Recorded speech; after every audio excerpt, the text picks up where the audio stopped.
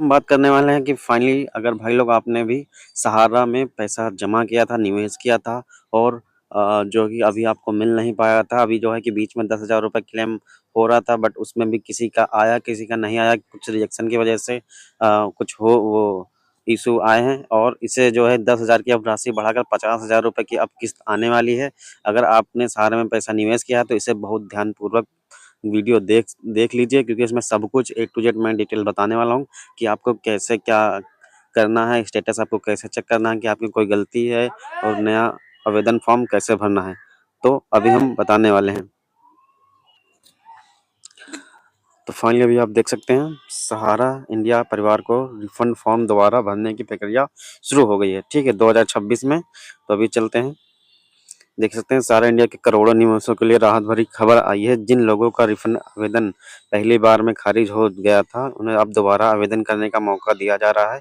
केंद्रीय सहकारिता मंत्रालय की ओर से संचालित सहारा इंडिया रिफंड पोर्टल पर री सबमिशन की सुविधा शुरू कर दी गई है। यह कदम उन हजारों निवासियों के लिए बड़ी राहत लेकर आया है जिनके फॉर्म में तकनीकी गड़बड़ी, दस्तावेज की कमी या गलत जानकारी के चलते आवेदन रद्द किए गए थे। अब निवेशक अपनी गलतियों को सुधार कर फिर से रजिस्ट्रेशन कर सकते हैं और अपनी जमा राशि वापस पाने की उम्मीद जगा सकते हैं। यानी कि अभी भी जो 10,000 के फॉर्म भरे थे, अगर उसमें भी और लोगों ने कुछ गलत वगैरह कुछ भर दिया होगा, कुछ भी गड़बड़ी हो गई तकनीकी से, तो अब वो दोबारा उन्हें भरने का मौका मिल सकता है। ठीक है, चलिए देखते हैं सारा रिफंड दोबारा आवेदन व्यवस्था क्या है। सारा इंडिया रिफंड री सबमिशन एक ऐसी सुविधा है जिसके जरिए अस्वीकृत आवेदकों को अपनी गलतियां ठीक करने का दूसरा अवसर मिल रहा है। जब पहली बार रिफंड पोर्टल पर पंजीकरण शुरू हुआ था, तब हजारों लोगों ने जल्दबाजी में या सही जानकारी के अभाव में गलत तरीके से फॉर्म भर दिए थे।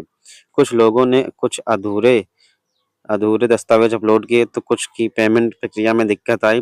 वेरिफिकेशन के दौरान भी कई आवेदन खारिज हो गए हैं, लेकिन अब सरकार ने निवेशकों की परेशानी को समझते हुए रीसबमिशन का विकल्प दिया है, जिससे वे अपनी त्रुटियों को दूर कर सकें और सही तरीके से दोबारा आवेदन फॉर्म जमा कर सकें। ठीक है, चलते हैं सहारा रिफंड दोबारा आवेदन से जुड़ी मुख्य बातें क्या हैं, देख लेते हैं। इस नई व्यवस्था के तहत निवेशकों को कई महत्वपूर्ण सुविधाएं मिल रही हैं। सबसे पहले आवेदक को अपना 14 अंकों का सीआरएन नंबर और मोबाइल नंबर से पोर्टल पर लॉगिन करना होगा। लॉगिन करने के बाद वे अपने पुराने आवेदन में हुई गलतियों देख सकते हैं और उन्हें सुधार कर सकते हैं। ठीक है, रिफंड की पहली किस्त के रूप में 50,000 रुपये की राशि दी जा रही है। अब जो है 10,000 से 50,000 रुपये की राशि दी जा रही है, जिस पर 15% ब्याज भी मिलेगा, यानी 15% ब्याज भी मिलेगा। ठीक है, पूरी प्रक्रिया ऑनलाइन है, इसलिए निवेशकों को कहीं जाने की ज़रूरत नहीं है। वे अपने घर बैठे ही सभी ज़रूरी दस्तावेज फिर से अपलोड कर सकते हैं और अपना आवेदन दोबारा सबमिट कर सकते हैं। इसके अलावा आवेदन की स्थिति को ट्रैक करने की सुविधा भी उपलब्ध है। सहारा रिफंड दोबारा आवेदन से मिलने वाले लाभ और असर। इस पहल का सबसे बड़ा फायदा यह है कि लाखों निवेशकों को उनका हक दिलाने में मदद मिलेगी। जिन लोगों का आवेदन पहली बार में तकनीकी कारणों से रद्द हो गया था, उन्हें निराश नहीं होना पड़ेगा। री-सबमिशन के जरिए वे फिर से प्रयास कर सकते हैं और अगर सब कुछ सही रहा है तो जल्दी ही उनके बैंक खाते में रिफंड राशि आ सकती है।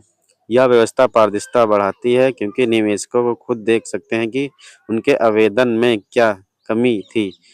इससे सरकार और निवेशकों के बीच विश्वास भी मजबूत होगा। साथ ही यह कदम सहारा मामले को सुलझाने की दिशा में एक सकारात्मक पहल माना जा रहा है। ठीक है, सहारा रिफंड दोबारा आवेदन के लिए पात्रता मापदंड। वे सभी निवेशक जिन्होंने पहले रजिस्ट्रेशन के समय गलत या अधूरे दस्तावेज जमा किए थे, वे दोबारा आवेदन कर सकते हैं। जिन आवेदकों की पेमेंट प्रोसेस फेल हो गई थी या बैंक खाते से संबंधित समस्या आई थी, उन्हें भी री-सबमिशन का अवसर मिलेगा। ठीक है, वेरिफिकेशन के दौरान अगर किसी भी तरह त्रुटि पाई गई थी, तो ऐसे निवेशक भी दोबारा फॉर्म भर सकते हैं। ठीक है, सहारा इंडिया में निवेश किए हुए सभी जमाकर्ता जिनके पास डिपॉजिट सर्टिफिकेट है, वे पात्र होंगे। ठीक है, यानी आपके पास सर्टिफिकेट होना चाहिए डिपॉजिट जो आपका बाउंड होता है। ठीक है, सहारा रिफंड दोबारा आवेदन के लिए आवश्यक दस्तावेज: आधार कार्ड, पैन कार्ड, नाम और नंबर बिल्कुल सही होना चाहिए। सहारा डिपॉजिट सर्टिफिकेट मूल या स्पष्ट स्कैन कॉपी, बैंक पासबुक का पहला पेज, खाता संख्या, एफएससी कोड और नाम दिखना जरूरी है। पासपोर्ट साइज फोटो हाल ही की खींची हो। मोबाइल नंबर ओटीपी वेरिफिकेशन के लिए सक्रिय होना चाहिए। निवेशक के हस्ताक्षर स्पष्ट और मिलते जुलते होने चाहिए। सहारा रिफंड दोबारा आवेदन के लिए खास बातें।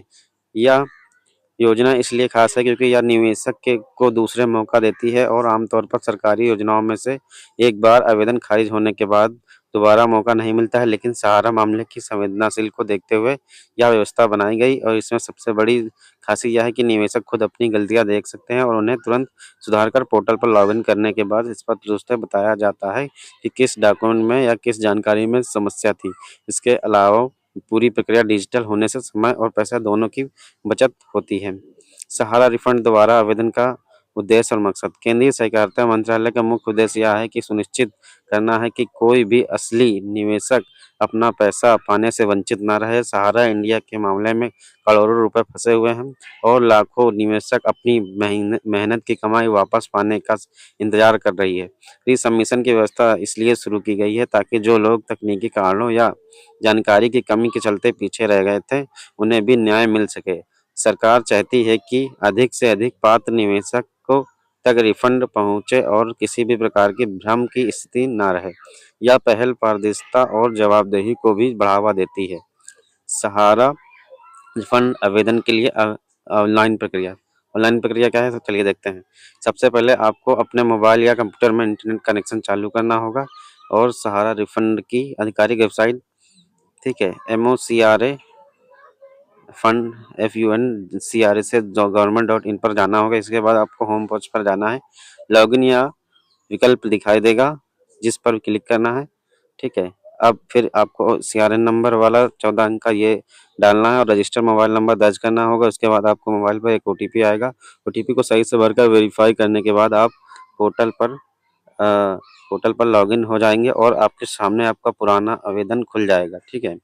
आप ध्यान से देखें कि आपके आपके आवेदन में कहाँ-कहाँ गलतियाँ थीं या कौन से दस्तावेज अधूरे या गलत अपलोड हुए थे, उन सभी को नोट कर लें, ठीक है। इतना सब कंप्लीट करने के बाद आप एडिट या रिसबमिशन के बटन पर क्लिक करने के बाद अपनी गलतियों को सुधार सकते हैं और सही दस्तावेज दोबारा अपलोड कर सकते हैं। सभी जानकारी सही-सही भरने और ज़रूरी दस्तावेज अपलोड करने के बाद एक बार फिर से सब कुछ चेक कर लें। अंत में आपको सबमिट या बटन पर क्लिक करना बटन पर क्लिक करना होगा, जिसके बाद आपका रिसबमिशन फॉर्म जमा हो जाएगा और आपको रजिस्ट्रेशन नंबर या कंफर्मेशन मैसेज मिल जाएगा, ठीक है। यानी कि कुल मिला के आपका जो है कि अब जो 10,000 वाला हो रहा था, अब 50,000 में उसे परिवर्तित कर दिया गया है। जिसकी मान लो बड़ी रकम थी, पहले 10,000 सरकार ने दिया, उसमें किसी किसी का आया, किसी का नहीं आया क्योंकि त्रुटि हो गई, नंबर वगैरह गलत हो गया, ठीक है। अब जो है क्या है कि सरकार ने एक पोर्टल लॉन्च यानी रिसबमिशन दोबारा से लॉन्च कर दिया है। उसमें आप अपनी देख सकते हैं क्या गलती है, ठीक है। उसके ठीक करके क्या-क्या दस्तावेज एकदम स्पष्ट चाहिए वो भी इसमें बताए गए हैं और कैसे आपको प्रोसेस करना है ये भी बताया गया है। अगर आपको इस वीडियो चाहिए तो आप मुझे कमेंट करिए कि मैं वीडियो बना के आपको रिसबमिशन करके दोबारा से अप्लाई करके दिखाऊँ, तो आप मुझे वीडियो में कमेंट करिए। और अगर आपको भी कोई कन्फ्यूजन या आपको डाउट हो तो आप मुझसे पूछ सकते हैं, मैं आपकी सहायता अवश्य करूँगा, ठीक है। ऐसे ही आपको अपडेट पाने के लिए मेरे चैनल को सब्सक्राइब करके रखें।